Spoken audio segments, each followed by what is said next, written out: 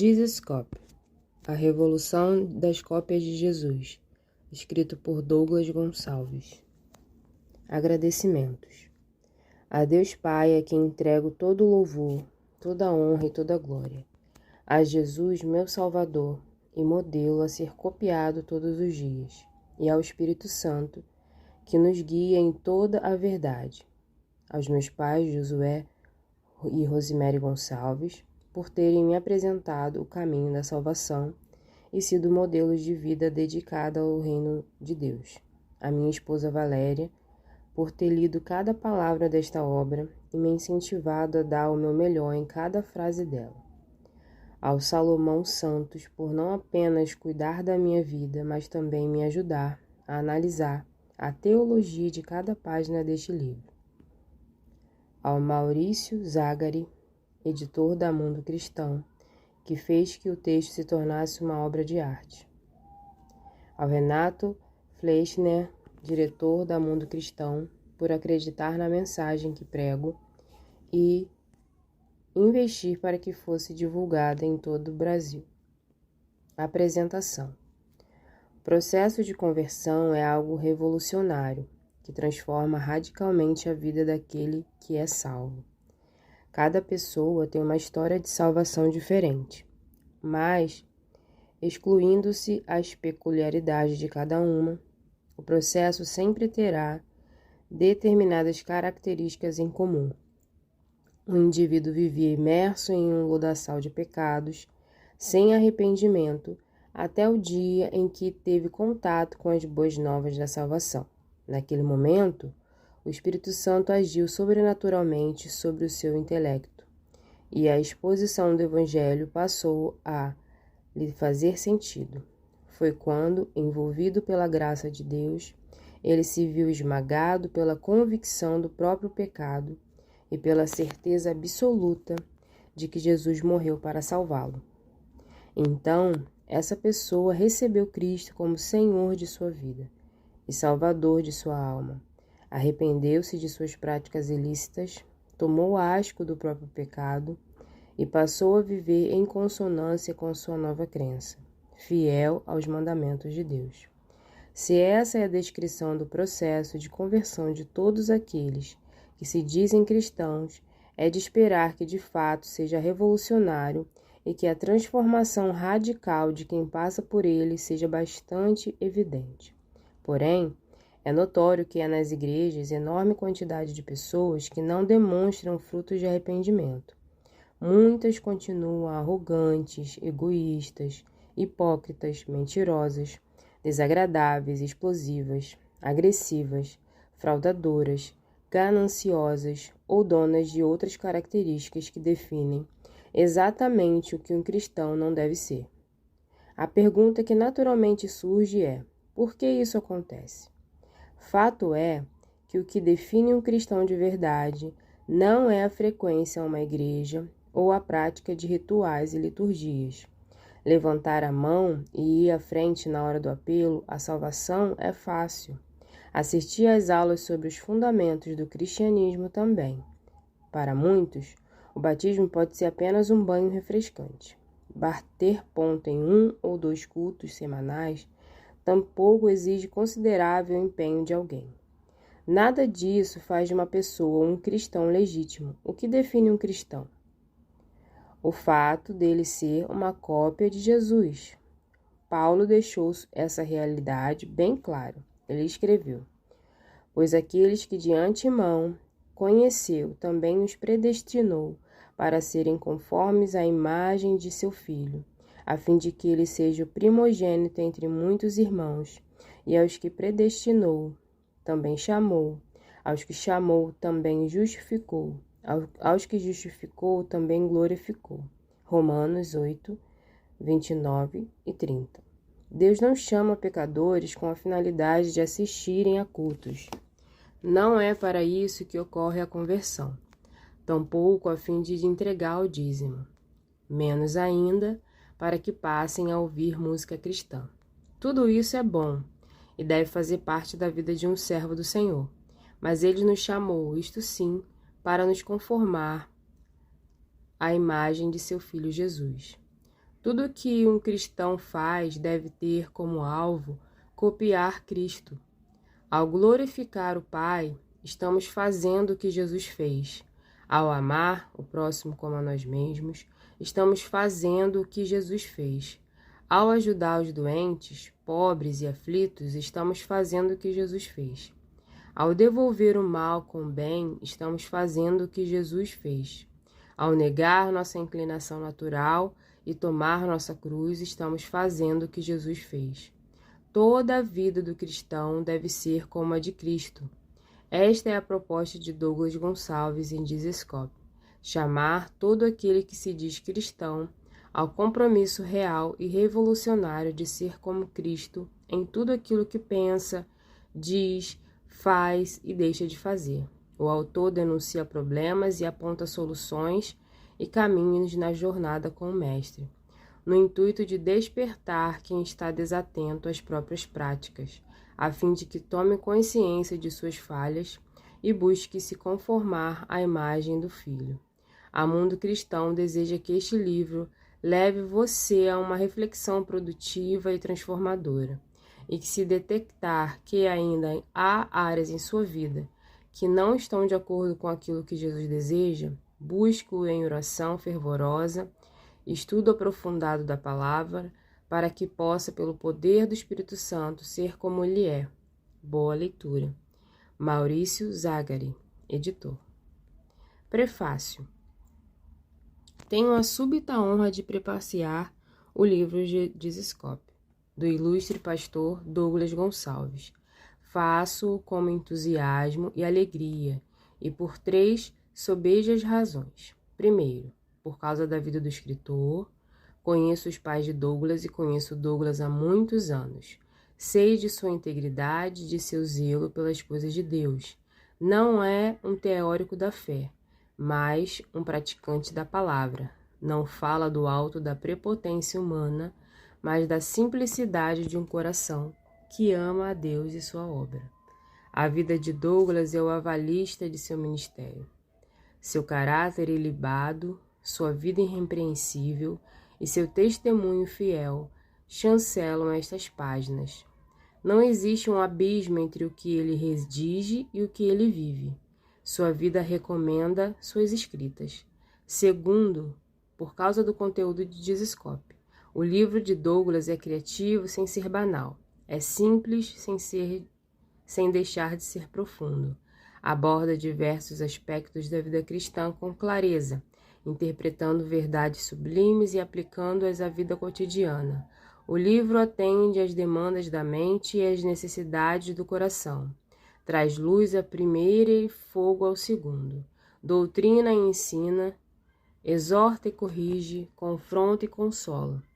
O conteúdo desta obra não está ficando nas elucubrações do autor, mas enraizado na eterna, infalível, inerrante e suficiente Palavra de Deus. Douglas não é um alfaiate do efêmero, mas um escultor do eterno.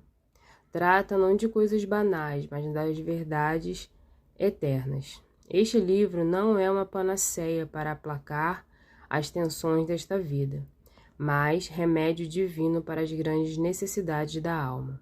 Terceiro, por causa do estilo do escritor, Douglas inicia seu ministério literário com grande desenvoltura, tem profundidade e eloquência, tem fidelidade e graça, tem conteúdo e forma.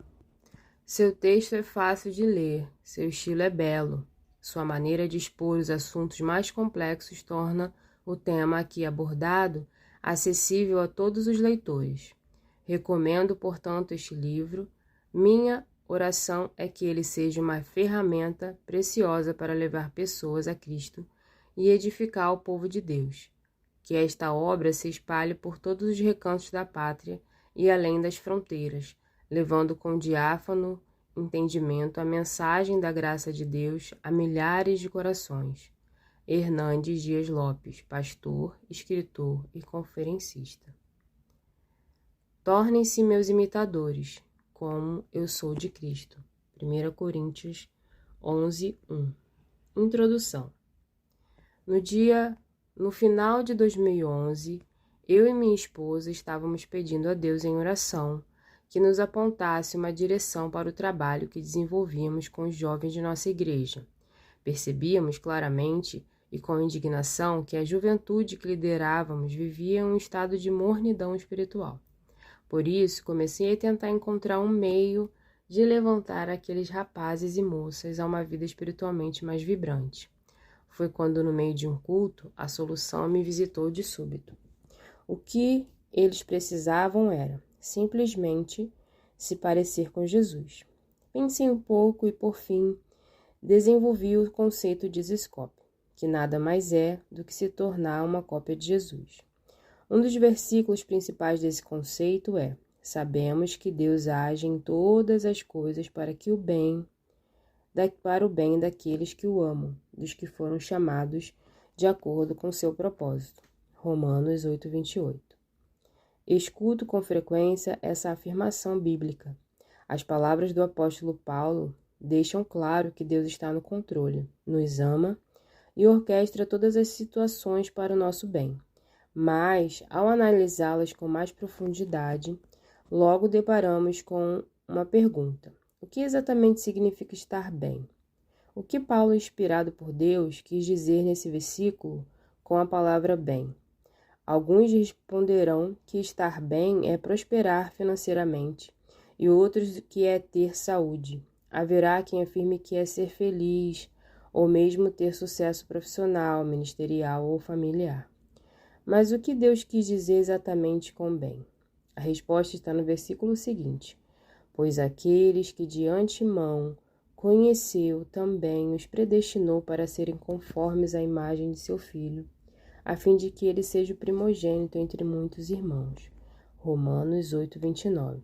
Estar bem aos olhos de Deus é se parecer com o Filho Jesus. Em outras palavras, o que Paulo estava dizendo é: sabemos que Deus age em todas as coisas para que aqueles que amam a Deus se tornem parecidos com seu Filho. O propósito de toda ação divina em nossa vida é tornar-nos cada dia mais parecidos com Jesus. Este também é o seu propósito? Você quer se parecer com Cristo? É impossível refletir sobre isso, pois o maior desejo que um cristão pode ter é se tornar semelhante a Jesus. Nesse versículo, Paulo revela que a vontade de Deus é ter uma família com muitos filhos que copiem Jesus. A família do Senhor tem crescido no Brasil. Vemos muitas pessoas se convertendo e muitas igrejas surgindo. Alguns anos atrás eu sofria bullying e perseguição na escola por ser evangélico, ainda mais por ser filho de pastor. Agora, porém, o protestantismo virou moda. É explícito o aumento da quantidade de igrejas em todas as cidades. É possível perceber também a multiplicação do número de fiéis. Até mesmo as grandes emissoras de televisão estão atentando para esse fenômeno, produzindo novelas e outros programas destinados ao público protestante. Mas algo me incomoda quando observo esse crescimento. Uma vez que há mais igrejas e evangélicos no Brasil, a situação do país não deveria melhorar? Não seria de esperar que a corrupção diminuísse? A porcentagem de divórcios não deveria cair? A quantidade de usuários de drogas, adúlteros, assassinos e ladrões não haveria de sofrer ao menos uma leve queda? Infelizmente, não é o que as estatísticas mostram. Viajei para ministrar em 2 cultos de uma grande igreja. Ao final do primeiro, um jovem me procurou para pedir conselhos sobre seu relacionamento com uma moça da igreja com quem vinha saindo. Até aí, tudo bem. O problema é que ela era casada e, para meu espanto, os dois estavam orando e pedindo a Deus uma direção. Acreditavam que o pai os direcionava para que ela se divorciasse, a fim de regularizar a situação, pois eles não queriam ficar fora da vontade divina. Esse exemplo mostra claramente que muitos se consideram evangélicos, mas agem de modo totalmente contrário ao evangelho, o que acaba criando uma péssima imagem dos protestantes perante os não cristãos. A verdade é que frequentadores de igrejas evangélicas não vão mudar o mundo. A diferença virá daqueles que decidiram ser cópias de Jesus. Porém, quanto mais parecido com Cristo uma pessoa se torna, mais vão querer crucificá-la. Se você deseja ser uma cópia do Senhor, prepare-se para ter seus sonhos alterados, suas prioridades invertidas e seus pensamentos transformados. Você verá amigos se afastarem e projetos serem interrompidos. Mas não se preocupe, pois se permanecer fiel até o fim, um dia você estará de pé diante de Deus, rodeado pelos heróis da fé e pelo grupo de pessoas que chegaram ao conhecimento de Cristo por seu intermédio. E enfim ouvirá: muito bem, servo bom e fiel. Você foi fiel no pouco, eu o porei sobre o muito. Venha e participe da alegria do seu Senhor. Mateus 25, 21. Você perceberá então que valeu a pena se tornar uma cópia de Jesus e suportar todas as perdas.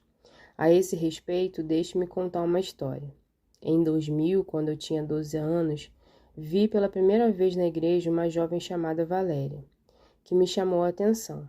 Ambos tínhamos sido convidados para participar de uma peça de teatro, que seria apresentada na festa em celebração aos 500 anos do descobrimento do Brasil pelos europeus. Nossa igreja havia montado um grande palco no meio da rua para um evento evangelístico. Eu faria o papel do cego Bartimeu, e Valéria representaria uma moça que fazia parte da multidão que seguia Jesus. Depois de conviver em muitos ensaios, começamos a gostar um do outro. Começamos a trocar cartinhas e presentes, e a enviar recadinhos por amigos. Lembro de minhas mãos ficando frias quando eu a via e do meu estômago se enchendo de borboletas. Nós nos paqueramos por alguns anos, mas nada nunca foi oficializado. Mudamos de igreja, cada um foi para uma comunidade diferente e nos afastamos. Depois de 5 anos, voltamos a nos falar e percebemos que todo aquele sentimento de adolescente ainda existia. Conversei com meus pais e com os dela, a quem pedi a benção para começarmos a namorar. 3 anos depois, nos casamos e após 4 anos já tínhamos nossos filhos, Luiz e Davi. Amo minha família, mas como podemos ter certeza de que esse amor é verdadeiro? Quando estou pregando ou palestrando, costumo fazer uma dinâmica em que peço à plateia que descubra apenas por meio de perguntas se realmente amo minha esposa. As perguntas mais comuns são: você daria a vida por ela? Você deixa seu cartão de crédito com ela? Quanto tempo você dedica a ela? Quanto tempo você pensa nela ao longo do dia? Você sabe de que ela gosta e do que não suporta? Você declara seu amor por ela publicamente? Você para a fim de ouvi-la? Você teria coragem de abrir mão de um sonho seu para realizar um sonho dela? Enquanto me fazem as perguntas, eu as anoto. Depois, peço para fecharem os olhos, imaginar uma cena como a que Pedro viveu após a ressurreição de Cristo. Digo-lhes: imagine que você está na praia, acompanhado de Jesus. Ele está à sua frente e lhe pergunta: você me ama? Em seguida, começo a repetir as perguntas da plateia, cujo entendimento é o de que as respostas a tais questões podem revelar o amor de alguém por outra pessoa. Então, se queremos saber se amamos Cristo, devemos nos perguntar: você daria a vida por Ele? Você deixa suas finanças disponíveis segundo a vontade dele? Quanto tempo você dedica a ele? Quanto tempo você pensa nele ao longo do dia? Você sabe de que ele gosta e o que não suporta? Você declara seu amor por ele publicamente? Você para a fim de ouvi-lo? Você teria coragem de abrir mão de um sonho seu para realizar um propósito dele? Qual seria a resposta verdadeira para cada uma dessas perguntas? Não pense em qual seria a resposta ideal, aquela que as pessoas gostariam de ouvir, ou mesmo as que os outros acham que você diria. Pense em qual seria verdadeiramente a sua resposta para cada uma dessas perguntas. Aquilo que você responder indicará como é a sua relação com Cristo, a quem deve copiar. Quando conhecemos pessoas solteiras, gostamos de apresentá-las a outras do sexo oposto, a quem possam vir a amar. Eu, por exemplo, tenho uma tia que não se casou. Naturalmente, eu e outros parentes tentávamos sempre encontrar possíveis pretendentes para ela. Se algum senhor solteiro passava a frequentar a igreja, nós já começávamos a sondar se haveria alguma possibilidade de ele conhecer nossa tia. Quando percebíamos que ele combinaria com ela, começávamos a falar de um para o outro, logicamente destacando todas as qualidades de cada um. Ressaltávamos as características físicas, o desempenho profissional, as habilidades, a beleza e o compromisso com Cristo. Para dar uma ajuda, marcávamos um jantar em casa e convidávamos o pretendente. Jantávamos rapidamente a fim de deixar minha tia a sós com ele, de modo que pudessem conversar mais à vontade. Passado algum tempo, o candidato ia embora, então perguntávamos: "E aí, tia, o que você achou dele?" Ao que ela respondia: "Ele é bem simpático, mas acho que não é para mim." Com o tempo, descobrimos algo. Nós podemos falar todas as boas características de alguém para um possível pretendente, elogiá-lo ao máximo e até mesmo marcar um encontro entre os dois.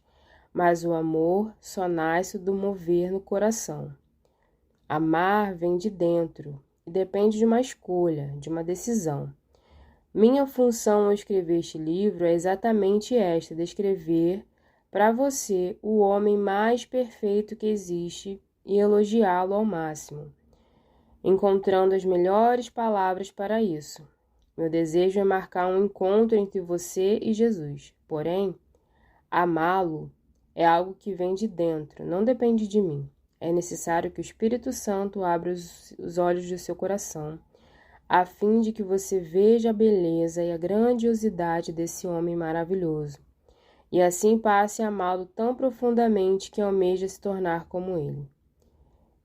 Ou seja, que busque se tornar uma cópia dele. Esse livro é para os inconformados. Caso você esteja totalmente feliz com a situação da igreja e com sua vida espiritual, é possível que aquilo que lerá nas próximas páginas não lhe cause nenhum impacto. Entretanto, se você está como eu, desgostoso com a condição espiritual dos evangélicos, se o seu coração arde pela necessidade de um avivamento, de um movimento de santidade que transforme a igreja e afete a sociedade como um todo, este livro é para você. Leio histórias bíblicas como as de Noé e a Arca, Moisés e o Mar Vermelho, Daniel e a Cova dos Leões, Elias e os profetas de Baal, e fico inconformado ao perceber que muitos olham para esses acontecimentos como fábulas ou histórias infantis. Tiago é direto ao dizer: Elias era humano como nós.